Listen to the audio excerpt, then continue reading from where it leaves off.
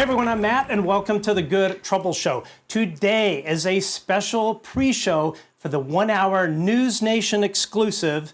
We are not alone. It's on tonight. The UFO Whistleblower Speaks, exclusive tonight, 9 p.m., 8 Central.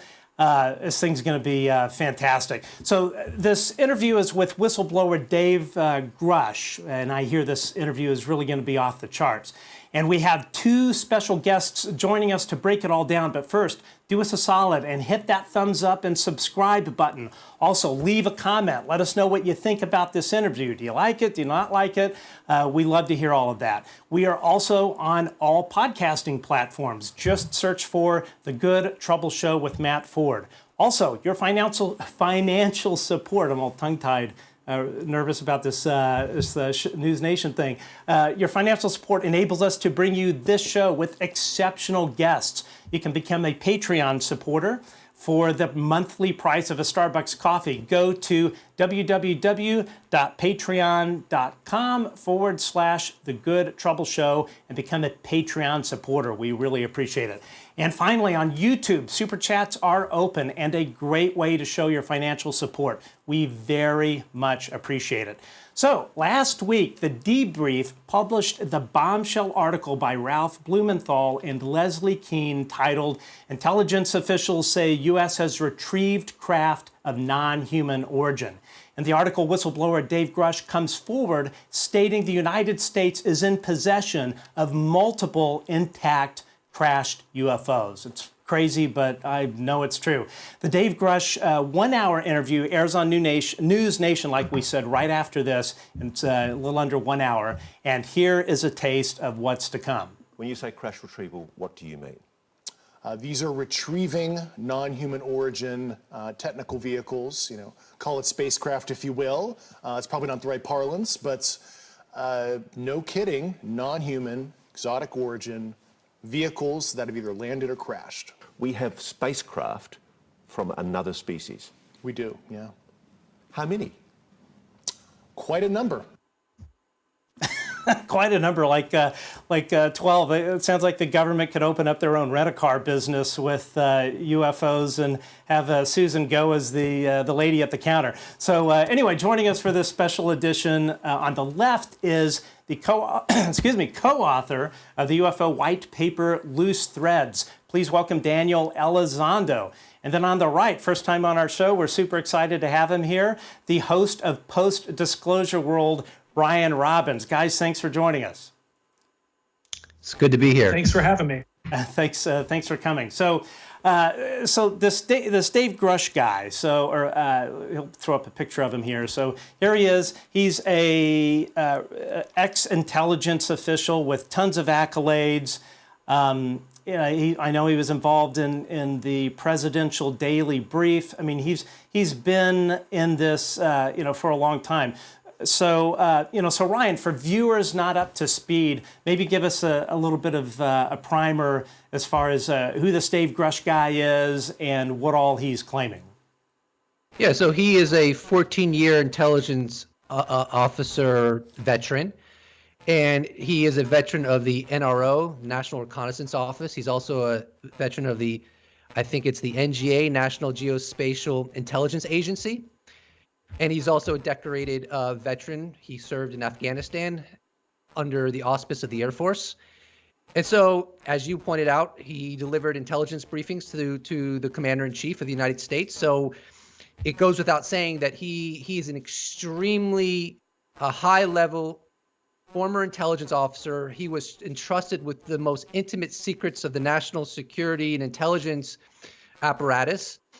And on June 5th, an article was published in the Debrief where he laid it all out, that there is a broad crash retrieval program that is decades old, and the UAP task force, and now it's the All Domain Anomaly Resolution Office, they have been barred from being able to get information on that program, which would obviously give much greater insight to what we're dealing with UAP, and would also help facilitate the United States Congress to get much greater insight on what we're dealing with, which is what they request. If you look at the recent legislation that was signed in December of 2022, I believe. And further, he goes on to say there's an active disinformation campaign toward the American people. He says it's highly unethical, highly immoral. And he even explains that there are legacy UAP programs in multiple government agencies. They're nested in those agencies, highly compartmentalized. And how he explains it is that, like, for example, let's just say theoretically the NRO has a legacy UFO program. Well, the NRO may be focusing on something outside the purview of UFOs, but there will be certain people in that program that are actually looking into UFOs, but like the person next to them, sitting next to them will have no idea that's the case. And so this is kind of the mechanism they use, according to David Grusch, to prevent oversight authorities for gaining access into awareness or gaining understanding and knowledge that these programs are going on. So basically, from what I gather from David Grusch, is that these legacy UFO programs are illegal because there's no oversight to them from proper oversight authorities within the United States government. And so he's blowing the lid on this, and it's quite extraordinary. It blows my mind. So essentially what he's saying is, this is all sort of spread out in different nodes. I'm guessing so. If one node is exposed, it's the programs are protected elsewhere. And as you mentioned, I cannot think of something more illegal than A, hiding this from Congress, and then B, also hiding this from the American people. Now, I certainly understand that there are elements of this regarding national security that probably should not be out in the public discourse, but I think certainly just the existence of the fact that we have these crashed craft and that we are being interacted with by a non-human intelligence, that's everyone's right to know. It's not these gatekeepers' place to decide what we are and are not told in terms of this.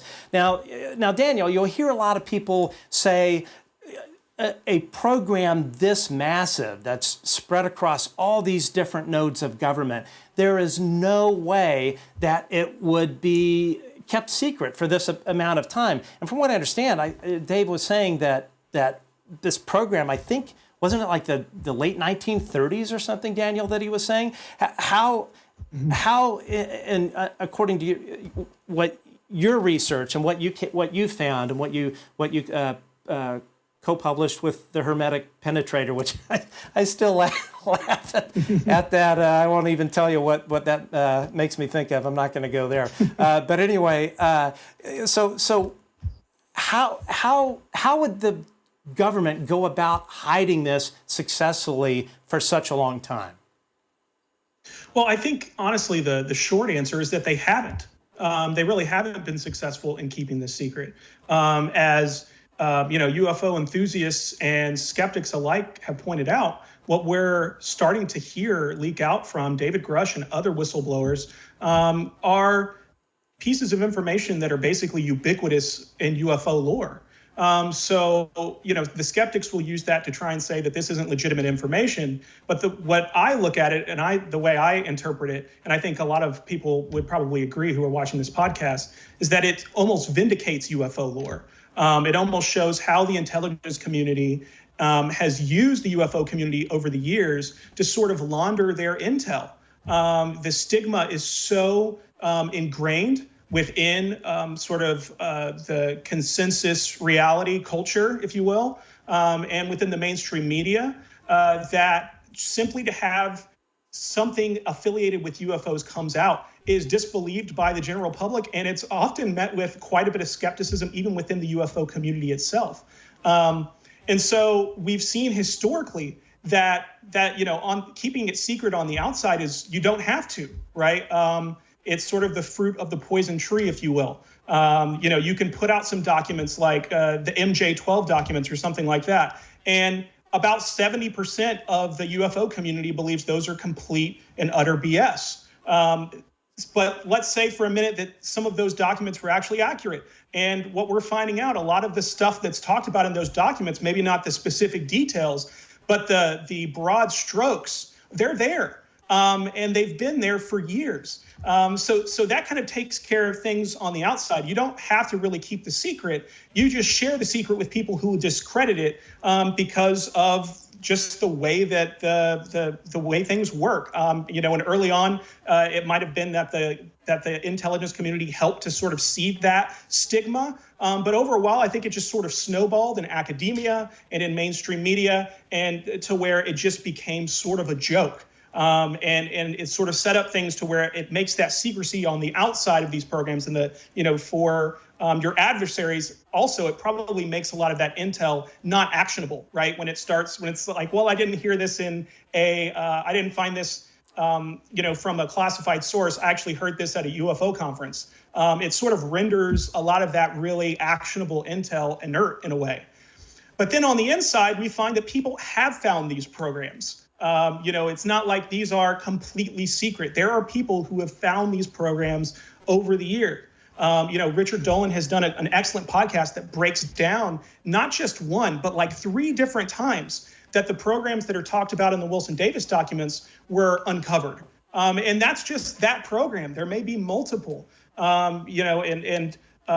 also, as Ryan alluded to here, and also in his excellent breakdown that he put out today on his channel. If you spread these things out with excessive stovepiping and secrecy, the people who are working on the tech don't even know what the tech is. And it's spread out, right? The lore, the UFO lore tells us about Zodiac, right? All of these different programs, they all are looking at a small piece of the pie, right? Just a small aspect of something. And so if you're looking at, a sphere over here, just to kind of keep it topical, I guess, you might have no idea what this is or where it came from. They just say, hey, we want you to do some analysis on this, along with the analysis that you do already on all of these other foreign materials that we've collected for the special access program. So those are kind of my thoughts. I feel like you kind of have 2 separate parts there. You have the outside, right, like us kind of civilians and our adversaries, and then you have keeping the secret on the inside. I feel like that's done by the stovepiping, and on the outside, it's kind of done by stigma, which probably bleeds into some of the secrecy on the inside as well. Ryan, what do you think the reason? I mean, obviously this is conjecture. We won't know until we get these gatekeepers to come on our show. And I think that I've got about as high a chance of that as having Susan Go come on. So Ryan, what do you think? What are your thoughts as far as why are they keeping this secret? Why is it so stovepiped? Why have they been running this illegal program?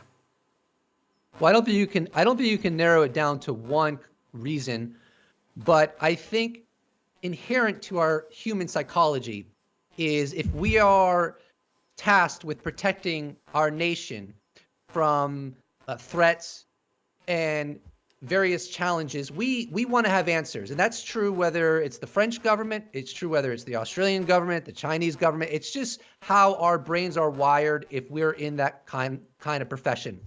So I think a big component of why this has been so overwhelmingly covered up is because governments just don't have answers to the flurry of questions they would inevitably receive if they were to admit that there are non-human intelligences in our biosphere, in our oceans, in near Earth orbit, that are surveilling our military.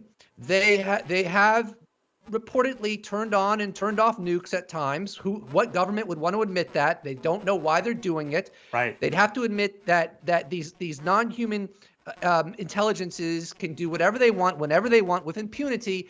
And so it's in my opinion, it's really a lot more simple than people want to make it out to be, because it's not necessarily that all these countries are in cahoots with one another and they're all conspiring together. There may be some truth to that on a limited basis, and there may not be that much truth to that. But more realistically, I think it's just hardwired into our brains. If you're in government, you don't want to bring this out if you don't have to, because there's nothing that you're going to benefit from it, at least from their perspective. Like if the American government was to admit tomorrow that all of this is real, what are they going to benefit from? They don't see it. They don't see any upside to it whatsoever. And then, of course, you have the abduction situation, which I got to be honest, I think there's probably truth to that. And the governments can't do anything to stop that. So I think that's a foundational reason. But then you have national security reasons. You don't want to talk. There's already apparently an arms race, sub rosa as it's stated, that's going on, where multiple nations are trying to figure out where the next crash is going to be, where is the next landing going to be, where the entities leave the craft, which I find bizarre, and I'd like to learn more about that. And so there's probably some very sophisticated efforts by China, by Russia, by the United States, certainly by the United States. I don't think it's clear whether China or Russia has recovered craft, though some people believe that, but there's sophisticated efforts to figure out how to monitor these craft and then hopefully and potentially take them out. There have been some people who have reported that militaries have been targeting them, and then of course to recover the technologies with hopes to back engineer it. So governments probably also perceive, like, why would we want to amplify this reality so that nations that haven't been involved with this, now they're going to get involved with this and try to, Iran or just name your country. It doesn't matter what country it is going to be like, oh, well, I want a piece of the pie, just like every country wants nuclear power. Every country wants ICBM missiles that can go across the world in 15, 20, 30 minutes and take out a whole nation to bolster their national security. If you disclose about this, now it's going to create more problems as governments perceive it. But my pushback to that would be, I think at this point, probably just about every government with a sophisticated Air Force and a sophisticated intelligence agency, they know what's going on. It's just not public. So disclosing is not really going to change the equation, in my opinion. But I think that's a big part of where governments are coming from as to why they just don't want to bring this out to the public. Yeah, that all rings true. Another thought for you both is, if let's say that the United States government admits, hey, we've known about this for over 70 years. Oh, by the way, we have some crashed whatever stuffed in the old garage there. And oh, by the way, we've been aware of this abduction phenomenon going on for as long as maybe in recorded history. And you know what? We decided we didn't want to let you know about that. So. I mean, to me, that seems like, just in and of itself, admitting that the legal exposure that the United States government will put themselves under is just insane. I mean, so Daniel, do you think that possible, the legal repercussions could be one of the reasons for the hesitancy of the United States government coming clean?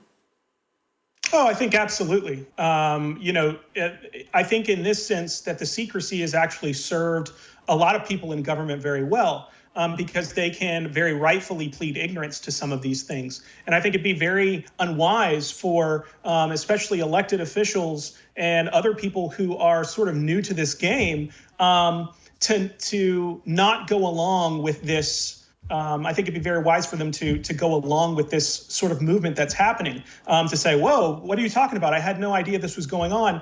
And then to, say, well, let's get down to the bottom of this, right? Let's go ahead and investigate these claims and see what happens, so that they don't get kind of swept up with some of those people who we might refer to as gatekeepers. I think that's a little bit dramatic, but that's sort of what they are, these security officers. And I think it probably is the case that you probably have different generations, right? There are people that were early on in the Cold War where you almost can't blame them for being very secretive of this. Then as time goes on, you would expect to see some change in posture, but that never happens. And so I do think that Cold War aspect does play into this, highly. But I think the legal repercussions there are huge as well. One thing that Lou Elizondo has referenced a couple of times is who you're not related to, right? Or are you? I am not related to. Yeah, okay, no, maybe very, very distantly, but no, we've never met. That would be awesome if we were, but I don't think we are. But I think that one thing that he's referenced a couple of times is the economic advantage that's been given to some of these aerospace contractors, that hasn't been, some of the tremendous advantages they might have been able to, to get out of this situation. Because even though we don't see ARVs, alien reproduction vehicles, flying all over our skies, you can probably bet that there have been some small advances and that they've sort of slowly woven into their existing aircraft platforms and technologies and weapon systems and all of the other things that they're paid billions and trillions of dollars, to deliver, often with zero competition. They don't have to deliver on time, they sort of have a monopoly on this truth and on this, not even just new technology, but new science and new understanding. The idea that that's been kept to, just a handful of defense contractors and not opened up for the world to benefit from is frankly disgusting. And I think that, there would be some huge, legal and financial, ramifications for the people who handed out those contracts, and the people who kept them secret. So that's something that we can't miss as well. I always like to try and, not because I'm a huge money guy, I don't have very much of it. I'd like to have more, as we all would. But I try to think about money and try and factor in some of these maybe less sexy reasons why the secrecy might be happening. It might just be the bottom dollar, right? That there's a lot of money to be made, a lot of money to be lost. I think that jail time, could happen. And so I would encourage anybody. I mean, I don't know if anybody's watching this, but if you know something and you know that there's this legal, this legal process, this legal path to speak the truth and get this out and do the right thing, then do it responsibly and do it by the book the way Mr. Grusch is doing this. I think that he can be commended by following the book. We want to see the pictures. We want to see the photos. He doesn't want to go to jail, and I respect that. But at the same time, he's using the avenues available to him to speak in so much as he can to the public, even going so far as to involve the DOPSA review process, and to make sure that everything that he says is not going to harm national security as far as the DOPSA reviewers are concerned, right? Because the scope of their knowledge is probably limited on this as well. So, I mean, obviously, this whole thing has caused, I think, probably more of an uproar behind the scenes on Capitol Hill. But our friend in this particular subject, Congressman Tim Burchett from Tennessee, who I may not agree with him on most things politically, but I completely have the man's back as far as his efforts on backing up Grusch and this topic. He's really doing great work. So he had this to say. Quickly on this next one, Congressman, the House Oversight Committee will hold a UFO hearing after a military whistleblower claims there is extraterrestrial life. You are leading the investigation. In 15 seconds, will we get answers as to whether or not we're alone?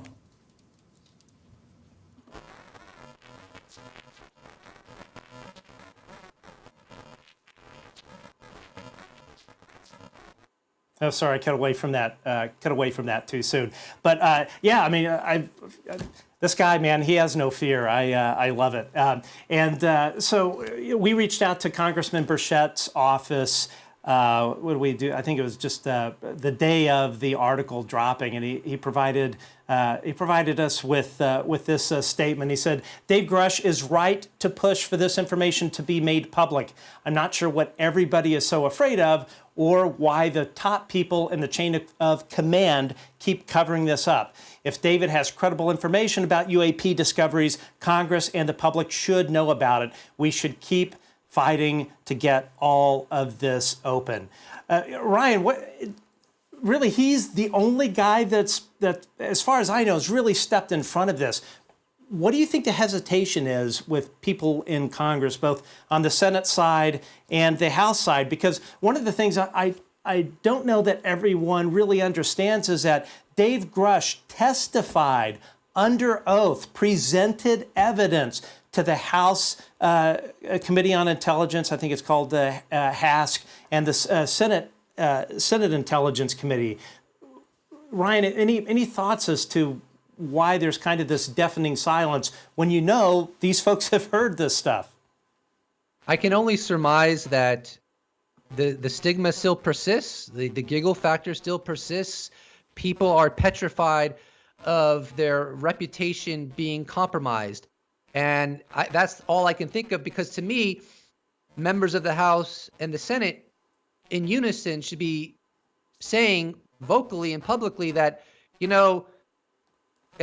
particularly now since David Grusch has come forward, that, look, David Grusch testified under oath, under penalty of law, and he has provided data that will facilitate our efforts to ascertain whether what he's saying is true. And they should amplify what's going on now. They don't have to say, I know this is true or I know this is not true, but I think they should absolutely draw more attention to it and not keep their mouths shut. And it's very disappointing that they're not drawing more attention to it. And I think by drawing more attention to it, the media would cover it more. Investigative journalists would be compelled more to look into this, and it would pressure the government more to reveal whatever is the truth. And look, if there's nothing there, then great, then we'll find out there's nothing there. So there's nothing to lose by being aggressive in amplifying the message of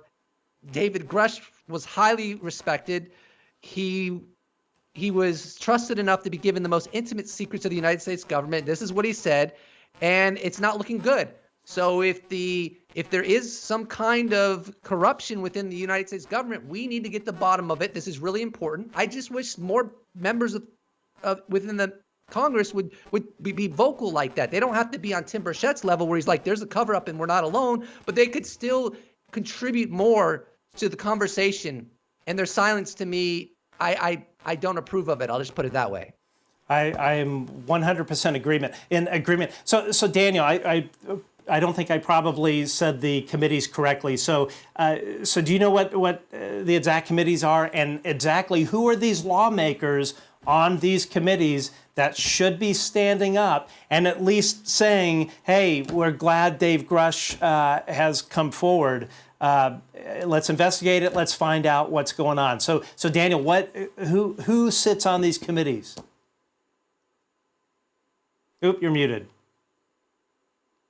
Sorry about that. That's okay. Yeah, so when the ICIG actually went ahead and recommended that this was urgent and credible, his claims, Mr. Grusch's claims, they immediately sent this off to DNI Avril Haines, a summary, and he began to meet with the staff for the U.S. Senate Select Committee on Intelligence and the House Permanent Select Committee on Intelligence.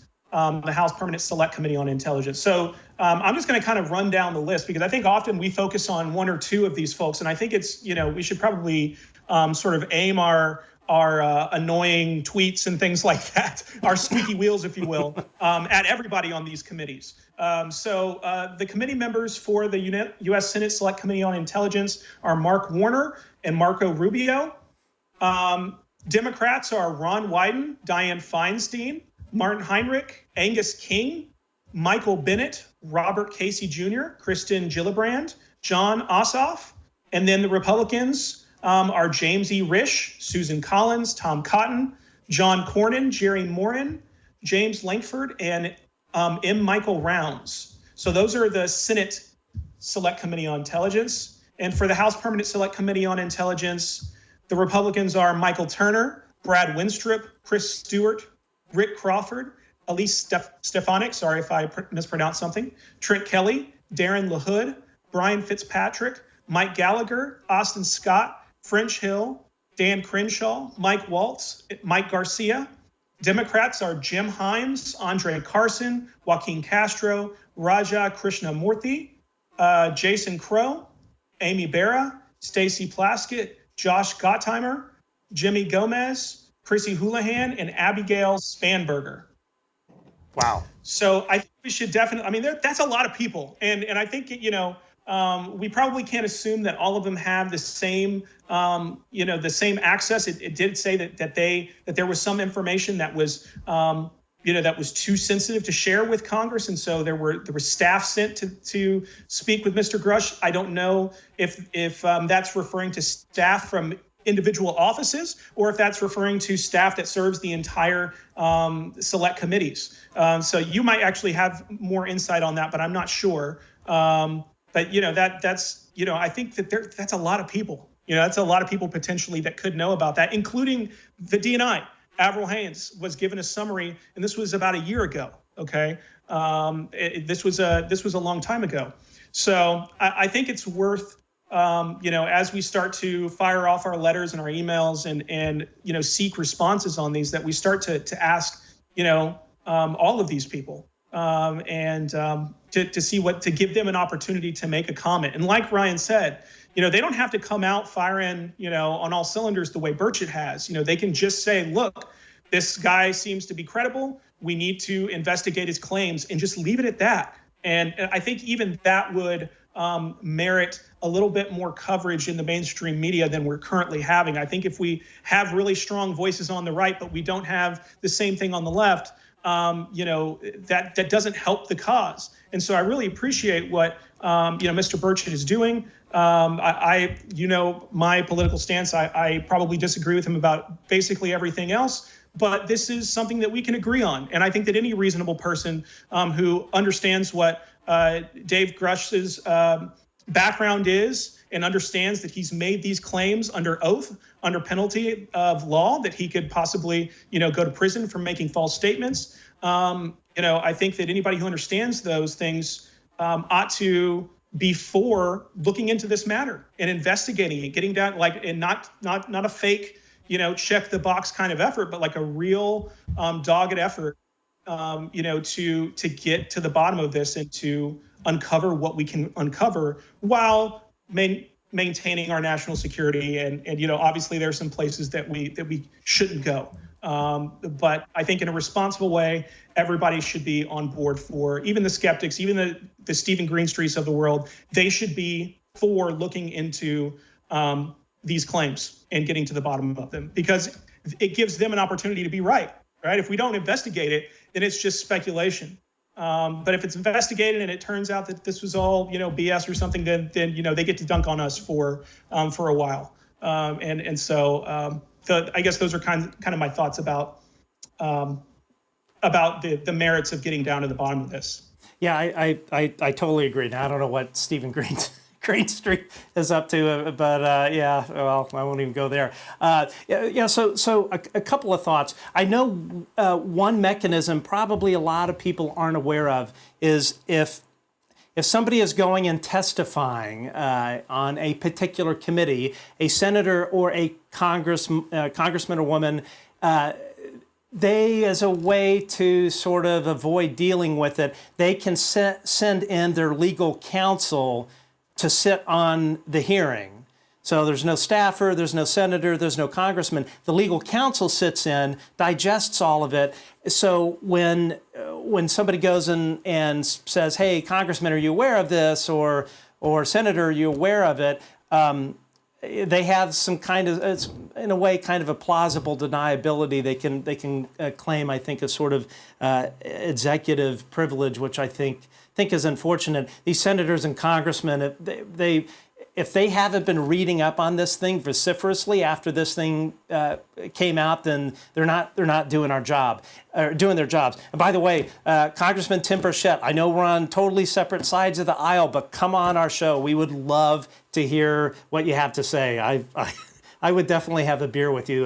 That's for sure. But I agree. It's like these, much of what you were saying. So right now you have Tim Burchett on the right, but where are the voices on the left coming out in support and championing all whistleblowers? And as Ryan, as you said, they don't have to say, yeah, this is real, blah, blah, blah, but any sort of public support or just stating publicly that this is an important topic would, and you really just hit the nail on the head, Ryan, that would shake the mainstream media out of this sort of, I don't know what kind of coma they're in, but it's certainly a coma for sure. So we'll have a little bit of fun here. So Dave Grusch, he's really been like the equivalent of a nuclear bomb going off in the UFO world.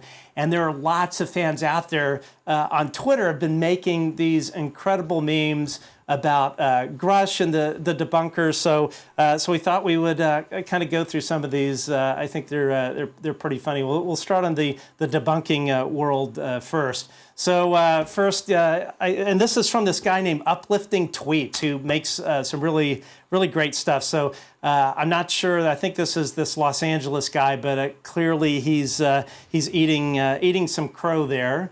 And let's see. Next we have Stephen Greenstreet. I guess in the basement office, he spends some considerable time doing some ab workout. I could probably use some of that. Now this is a great one. This is professional debunker Mick West. I guess he's been spending a lot of time in the basement office, maybe with Greenstreet. He's growing quite the beard there. He's got his pet seagull collection. He's got his flashlight and a drone. Although I'm not real sure what the fire is at the bottom. And he's got an orb on the left there. So who knows what he's up to there. This is one of my favorites by this guy named Mock Puppet. Dave Grusch, living rent-free in Debunker Mick West's head. I love that one. And then this was another one. Uplifting Tweets put up his sort of interpretation of Debunker Mick West. There is, I guess he took his skin suit off, and it turns out he really is an alien. And then there's the Dave Grusch fan club. So Orange Grusch, I absolutely love that. People are going to be making these forever, I'm sure. And then I don't know what this one's about. It's is that a Tron outfit? What is that? It does look like a gender-neutral Tron outfit for sure. I think so. And then finally, this is my favorite one of all. Grusch and Chill. So there's a couple there. Maybe it's Richard Butt and his wife watching the Dave Grusch interview on News Nation here coming up in about 20 minutes. But yeah, I thought all of that was pretty damn funny, and I guarantee you there's going to be more of that. And who knows? Maybe one day there will be a superhero cartoon like the Super Friends, but it'll be Dave Grusch when we realize what a national hero this guy is. So Daniel, now yesterday there was an article in the Debrief about Grusch's attorney dropping him. Now, to be honest, I haven't really tracked this whole thing. So what's the full story on that? Yeah, so I'm going to kind of take us through just a quick timeline, and I pulled this from the original reporting and some follow-up reporting that's been done, but I just want to kind of go down the line of sort of the sequence of events. So Grusch originally shared his classified info about these UFO crash retrieval and reverse engineering programs with the DOD Inspector General.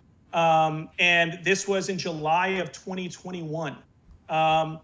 He claims in his ICIG complaint that disclosure to the DODIG led to the sharing of his personal identity and the fact that he had provided testimony about those programs with individuals or entities within DOD and the IC. And so I just wanted to make the quick point that, if we're taking DOD statements at face value on this subject without giving the context, that the reason that we have the ICIG complaint, the reprisal complaint that was filed by Mr. Grusch, is due to the fact that DODIG was apparently inappropriately sharing his disclosures with them outside of the Inspector General's office. So if the DOD Inspector General can't be trusted, then you probably can't trust DOD just in general. Certainly not DOD spokespeople to comment accurately about this. But anyway, I just wanted to put that there so that we had that timeline. The complaint was drafted and signed by McCullough III, who was the original ICIG, and his managing partner at the Compass Rose Law Firm. It was provided to the ICIG in May of 2022, and it was deemed credible and urgent by the ICIG in July of 2022. And that's when the summary was delivered to Avril Haines, and he started talking to those congressional committees. The whistleblower reprisal investigation was launched, and Grusch began his communication with the staff. And according to Grusch, certain information which he obtained in his investigation could not be put before congressional staffers because they didn't have the necessary clearances or the appropriate investigative authority.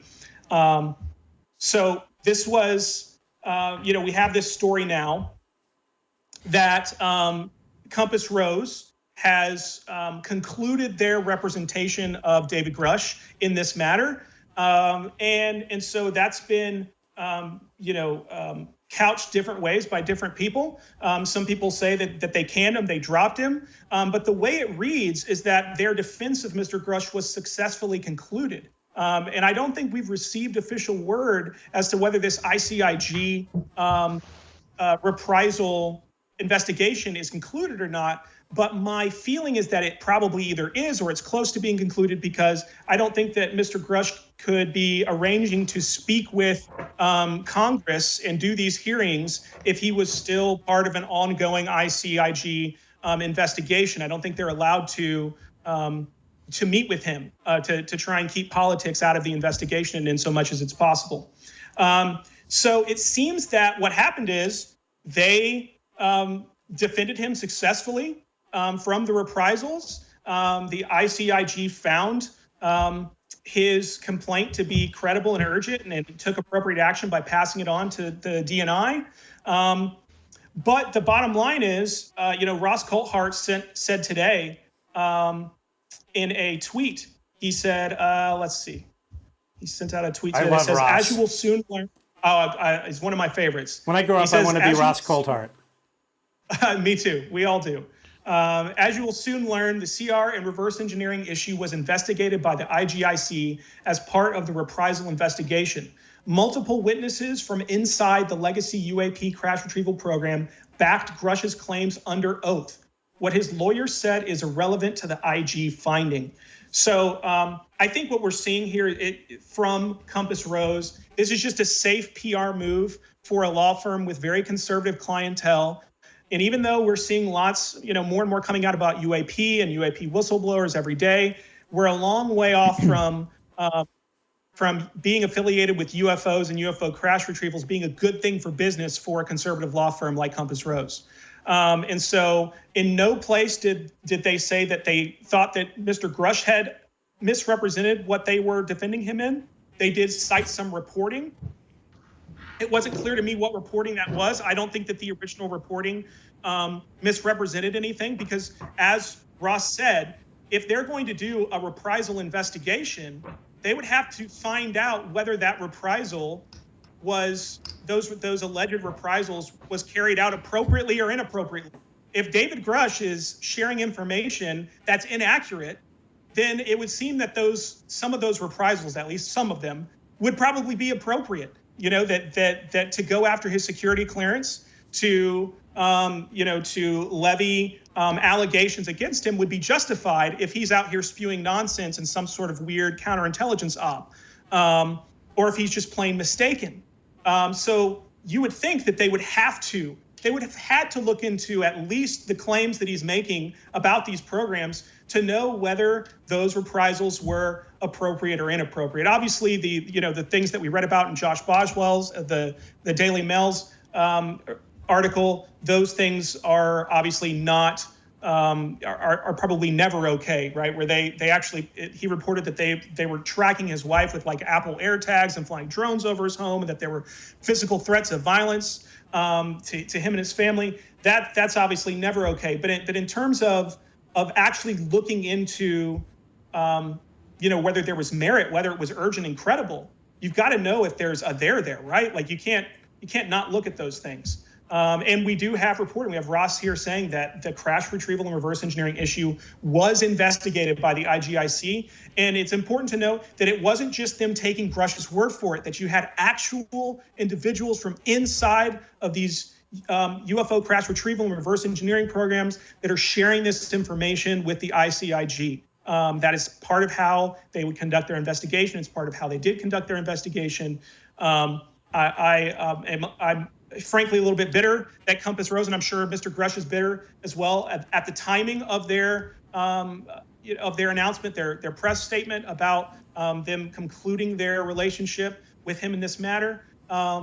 But ultimately, I don't really think it was as newsworthy as maybe some people thought it was. I don't think it really changes anything.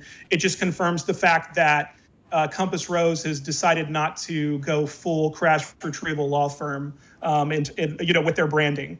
Yeah, no, I totally agree. I think the debunker clown car was going bananas so for this. It was really, I think, kind of a big nothing burger. So I can tell you for fact that the attacks on Grusch's security clearances, those were all adjudicated. So in other words, he went through the adjudication process and found that there was no reason to suspend or take away any of his tickets. So what that tells you is the people that attacked his security clearances, were doing it simply out of retaliation. If there was anything to the flagging of his clearances, he wouldn't have gotten his clearance back. And this guy has TSSCI clearance. He's not some just guy off the street. So yeah. Now, obviously, Ryan, the big news is that we apparently have all of these crashed vehicles. I mean, that's great news, or that's big news in and of itself. But the thing that really got my attention was this whole reprisal thing, threats of physical violence, administrative terrorism against these whistleblowers. I know of one whistleblower in particular who once a year receives a phone call reminding him, do not talk or else. I mean, Ryan, what kind of country are we living in? How can you call this a democracy when you have clearly some kind of extensive rogue element, I don't know if it's within the CIA or elsewhere, threatening people's lives? What are your thoughts about that? Well, I think it's ultimately tyrannical. I think that when there's a constitution and we have an outline of how our government is supposed to operate, and when there are unelected officials in our government that are circumventing those laws and rules, and that reflect the way the American values were founded and practiced, then you have a serious problem. And I would argue that what's going on right now with these reprisals and with all of these legacy programs that are not reported to the proper oversight authorities is you have on your hands a very serious national security emergency. Because obviously, it doesn't take a rocket scientist to ascertain that this cannot persist indefinitely. This is going to implode sooner or later. So what happens if those with power and within the national security military apparatus are able to elongate these rogue illegal policies of secrecy for 10 more years? Well, what would happen? Well, I'll tell you what would happen. The American Congress and the American public would look back 10 years ago and remember, oh, do you remember what happened in 22-23 when the U.S. Congress was demanding answers? Just imagine the fallout 10 years from now if we don't come clean on this within the next 6 months to 2 years. It would destroy the republic on some level. I would argue it would destroy the republic to a point where I don't know how we would come back from that. I just don't know. And certainly even now, as this comes out, there is going to be blowback. There's going to be repercussions. I think it's inevitable that we'll have something like the Church Committee. There's going to be a huge shakeup. And whatever was allowing this corruption to persist without any intervention, whatever mechanism or strategies that were persisting, that's going to have to be removed. I don't know what they're going to do, but they're going to have to do something so that this can never happen again. Because ultimately what this comes down to is that, it's really hilarious when you think about it, is that there are unelected officials in our government covering up the second biggest question of humanity. The first biggest question is, does consciousness persist after death? The second biggest question is, are we alone in the universe? Obviously, if all this taxpayer money has been going into illegal operations to keep this from the public, to keep this from members of Congress, to keep this from government officials, I mean, this is a scandal of scandals. I don't know if there's ever been a bigger scandal in the history of the United States government. And so the way to protect the republic is not to defend this scandal and strive to keep this scandal persisting. The way to protect the country, if you love the country, if you believe in the country, if you believe America has a lot of potential and does a lot of good things, the way to protect the country is to do exactly what David Grusch is doing right now by coming out and blowing the whistle, because otherwise, if this persists much longer and what's happening now happens 10 or 20 years from now and comes to some kind of ultimate fruition where we get transparency, I don't know what's going to happen in that situation. Then your country just becomes a mockery of mockery, a laughing stock. And it has to happen now. This has to happen now. It has to come to its full conclusion now, not 5 years from now, not 10 years from now, because the damage has been done. I think according to Grusch, this goes back 80, 90 years. He said that there was a crash in northern Italy in 1933 during the time of what's his name? The leader of Italy at the time, Mussolini. Mussolini? Yeah, Mussolini. Okay. And then reportedly the craft that was recovered was brought back to the United States. And there was someone in Michael Schellenberger's article, because he spoke to, I don't know the number, but he spoke to current officials, ex-officials, people within the intelligence community, people that are involved in I think crash retrieval programs.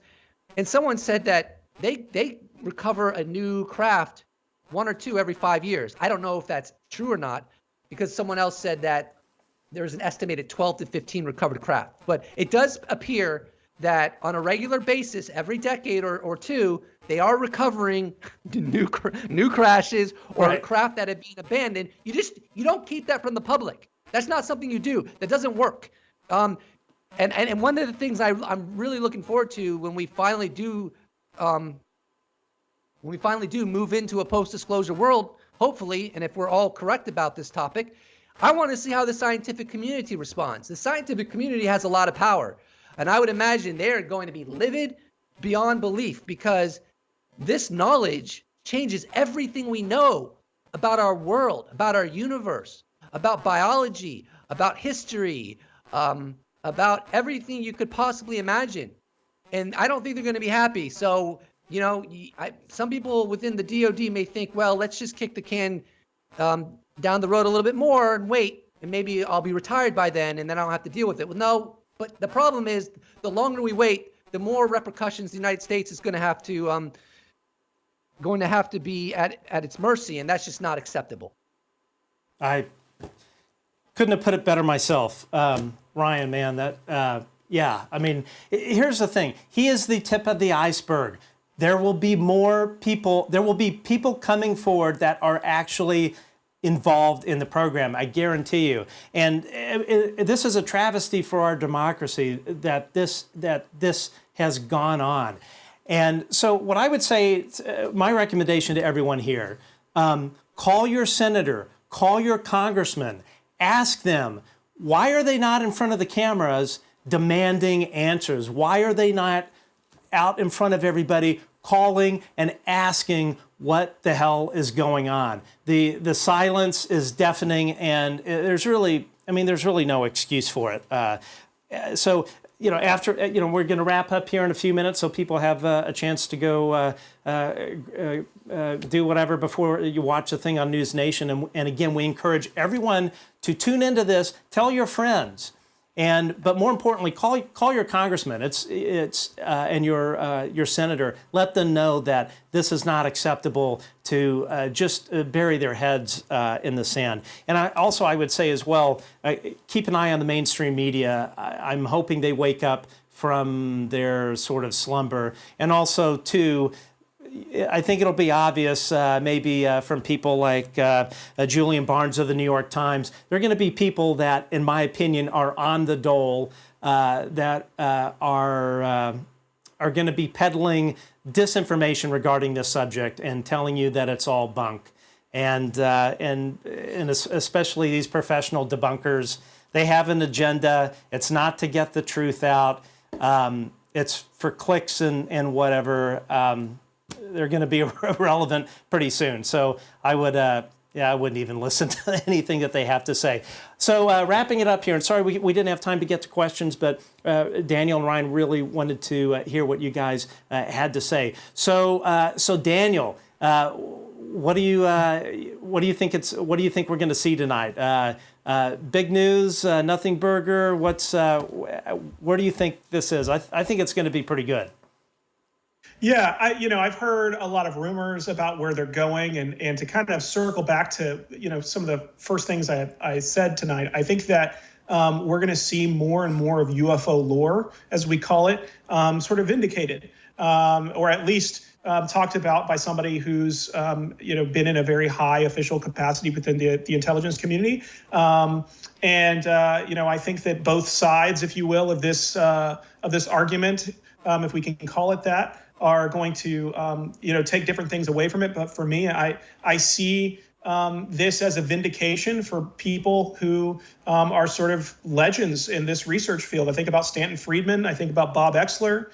I think about Richard Dolan. I think about Tim Good and Robert Hastings, and so many authors, and Jacques Vallée, and all of these people who've been talking about this for years and years and years. I think we're going to hear almost verbatim the things that they have already written about. And I don't think that that's bad news. I think that's great news, because it means that we have not wasted our time for all of these years reading those books, and they didn't waste their time writing them. Right. They were doing the intelligence community a favor in those days, but now the chickens are kind of coming home to roost. And I think that that's an exciting thing for us in the UFO community, but it's an exciting thing for the world as well. I totally agree. The meltdown that we'll see with the debunkers, I think, will be epic.